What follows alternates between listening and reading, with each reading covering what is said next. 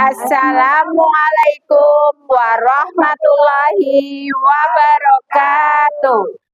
Perkenalkan, kami calon guru penggerak Angkatan 11 dari Kabupaten Kebumen akan melaksanakan demonstrasi kontekstual modul 2.3. Kami terbagi menjadi beberapa peran: pengamat atau observer, coach, dan koci. Saya Marwiyah dari SDN 4 Karangduwur. Saya Ida Asrobul Mahmudah dari SD Negeri Grogol Beningsari. Saya Siti Mustangida dari SDN Bendokara. Saya Tri Astuti dari SDN 1 Dorowati. Selamat menyaksikan.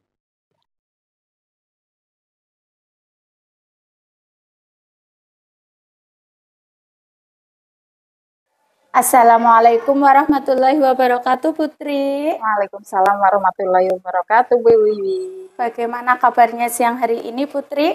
Alhamdulillah sehat, Bu Wiwi. Oke, baik Putri. Nanti kita akan melakukan proses coaching ya Bu hari ini ya. Iya Bu. Ya, oke. Sebelum melakukan proses coaching, ada sedikit yang akan saya bicarakan terlebih dahulu, Putri. Nanti pada saat coaching antara coach dan coachee akan saya amati dan saya nilai dengan menggunakan rubrik penilaian ini, gitu nggih. Kemudian seperti sesuai rubrik penilaian coaching,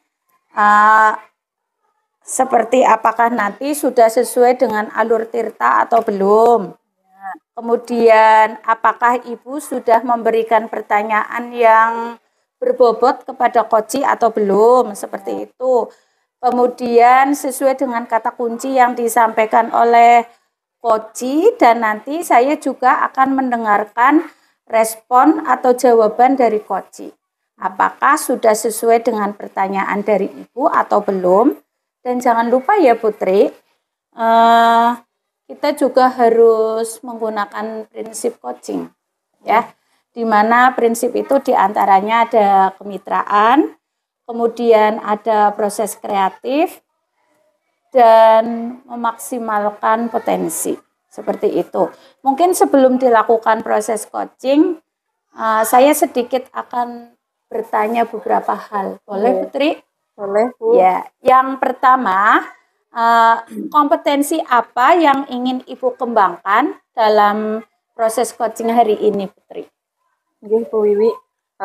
Untuk kompetensi yang akan saya kembangkan itu ada present, terus mendengarkan aktif, dan juga pertanyaan yang berbobot Bu Wiwi.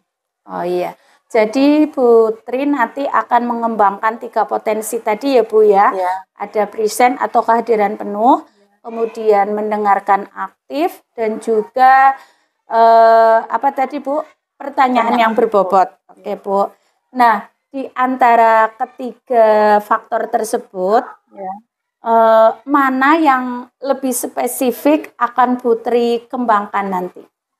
Ya, yang lebih spesifik yang saya akan kembangkan itu nanti adalah mendengarkan aktif dan memberikan pertanyaan yang berbobot. Oke, baik. Jadi ada 2 yang akan Ibu kembangkan ya. Ibu menitik beratkan pada pertanyaan yang berbobot dan juga mendengarkan aktif. Oke, Putri. Kemudian untuk selanjutnya, kira-kira nanti Putri itu indikator ketercapaiannya itu mau bagaimana, Putri? Indikator ketercapaiannya nanti saya ingin coach saya itu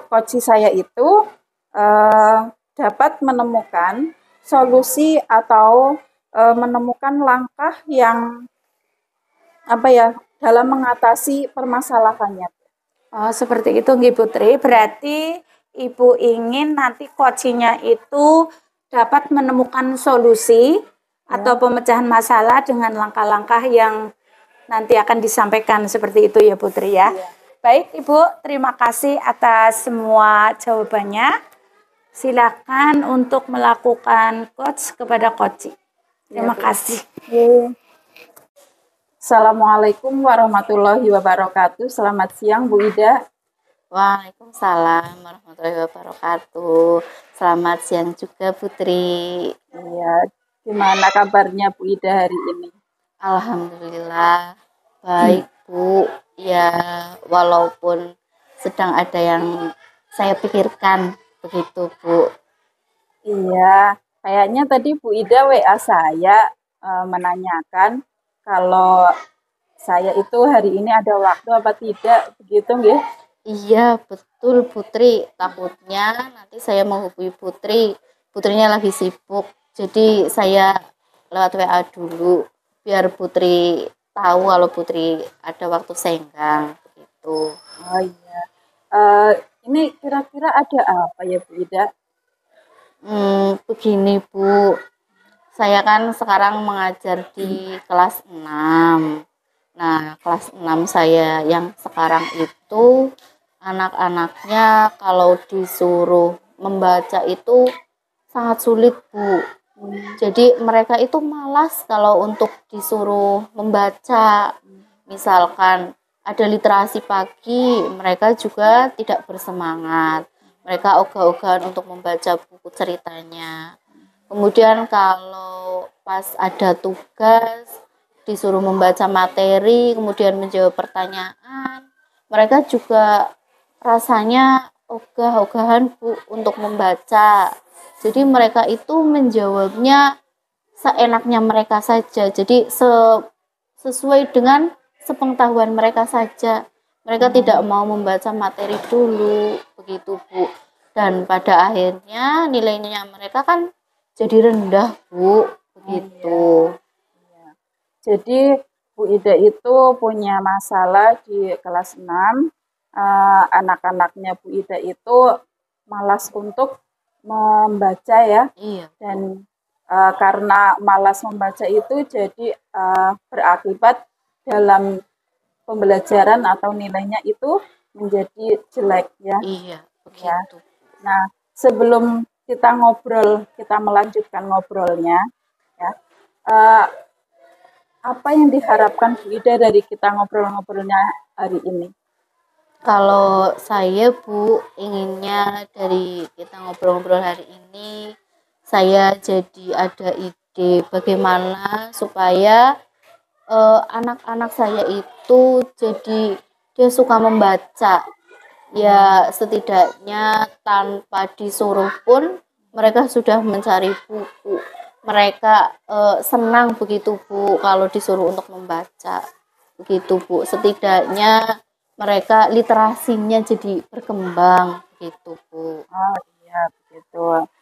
Nah, coba sekarang begini, Bu Ida ingat-ingat lagi, ada faktor yang menjadikan anak-anak itu malas membaca apa tidak, Bu? Kalau untuk faktor anak-anak kenapa malas membaca, saya kira ada Bu. Jadi buku-buku yang ada di sekolah itu kebanyakan bukunya tidak menarik Bu. Jadi buku cerita pun kertasnya jelek, tidak berwarna-warni, gambarnya juga sedikit Bu. Bagi anak-anak kan itu kurang menarik ya Bu, buku seperti itu. Itu Bu. Oh iya, jadi karena bukunya kurang menarik, bukunya itu gambarnya tidak berwarna juga ya, itu jadi salah satu faktornya ya Bu ya, Iya, anak begitu, jadi Bu. malas untuk membaca. Nah selain itu ada lagi apa tidak kendala atau faktor lain?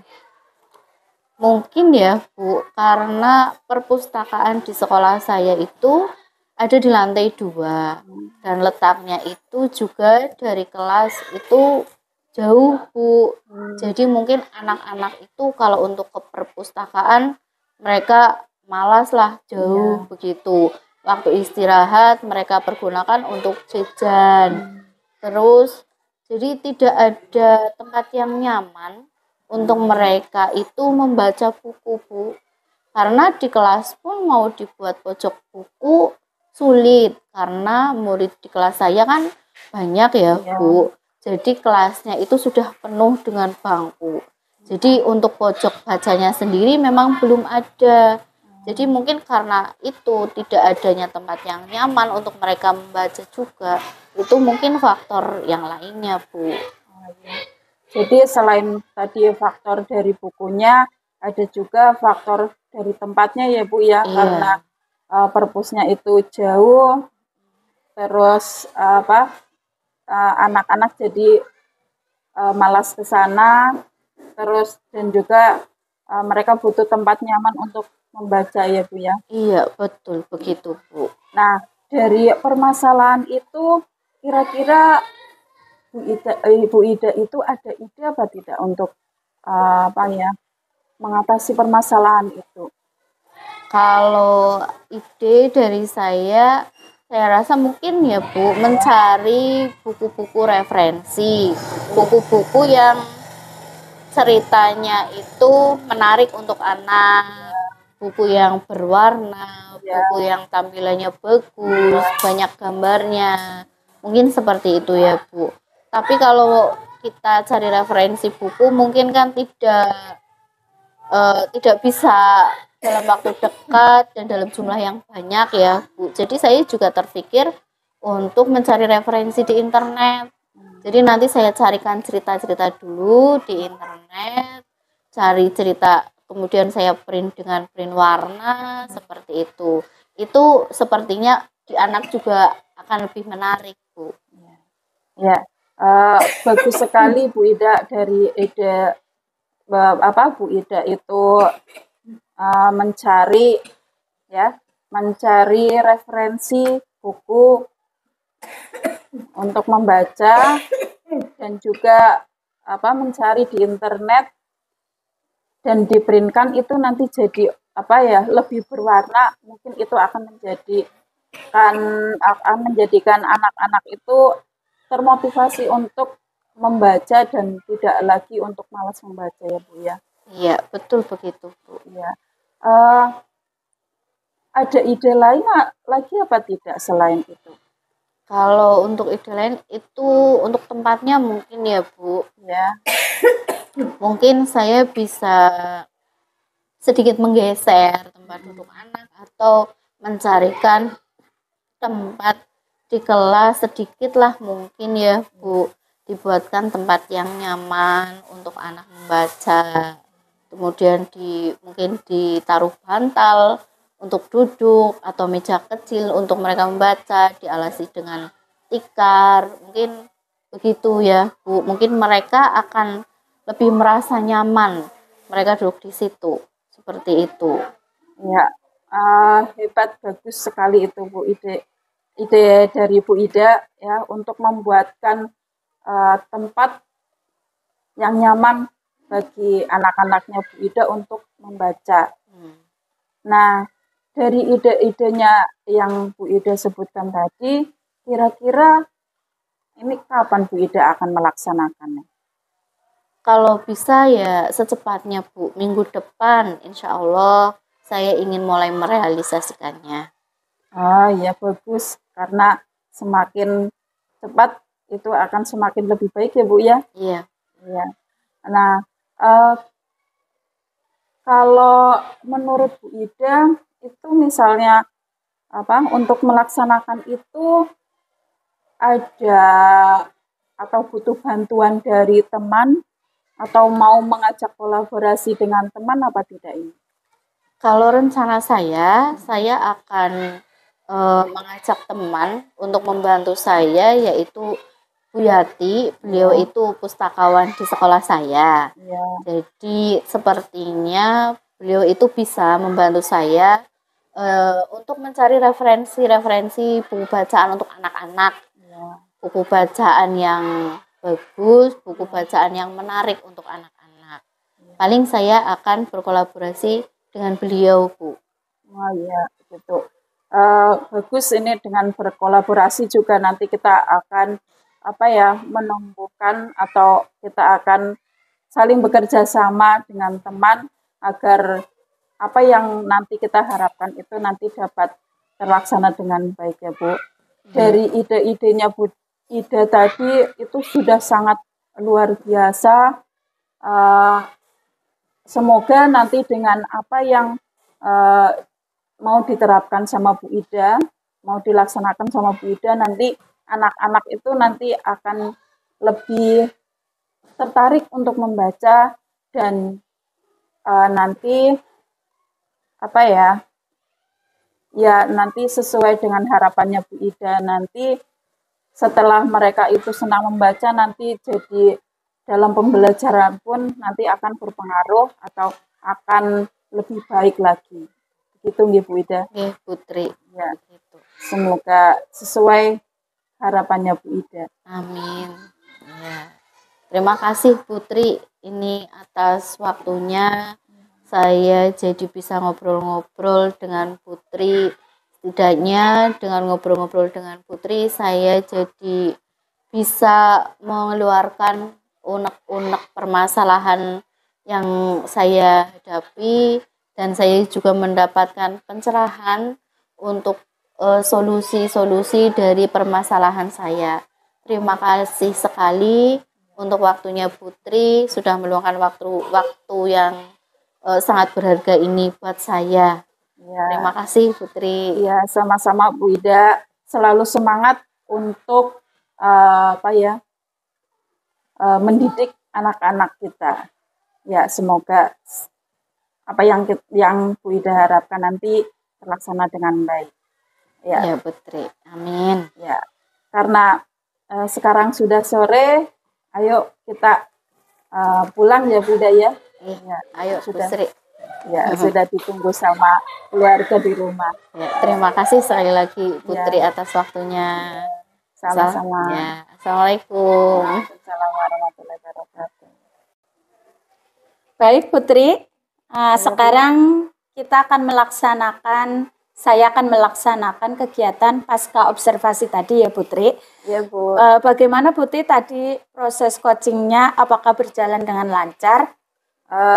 Alhamdulillah lancar Bu. Alhamdulillah, tapi mohon maaf ya Putri, tadi ada panggilan alam, sedikit gangguan karena saya memang sedang ada batuk-batuk ini yang sangat mengganggu Putri.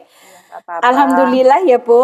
Nah, setelah melakukan observasi bersama Koci tadi, saya ada sedikit beberapa pertanyaan, yaitu yang akan saya tanyakan. Pertama adalah apa saja yang sudah didapatkan pada saat coaching terkait indikator ketercapaian yang Putri inginkan. Seperti itu. Saya tadi sudah melakukan sesuai dengan alur Tirta ya Bu, tujuan identifikasi, rencana aksi, dan juga tanggung jawab. Ya, baik. Baik ya Putri, berarti Putri tadi itu sudah berhasil ya melakukan proses coaching dengan alur Tirta. Dan dari pengamatan saya, tadi ada beberapa catatan Putri. Mohon maaf mungkin Putri tadi sedikit prisinnya itu terganggu saat melakukan coach kepada coachingnya. Tadi saya mencatat 2 hal Putri. Tapi itu bukan sesuatu yang fatal sih Putri. Jadi pertama tadi saya menemukan Putri belum menyampaikan kepada Koci terkait dengan pertanyaan berbobot ide yang akan dilaksanakan terlebih dahulu, yang mana seperti itu. Kemudian poin kedua itu ketercapaiannya berapa persen? Belum ditanyakan kepada Koci tadi. Mungkin karena terganggu dengan suara batuk saya ya Putri, mohon maaf. Ya, nggak apa-apa Bu.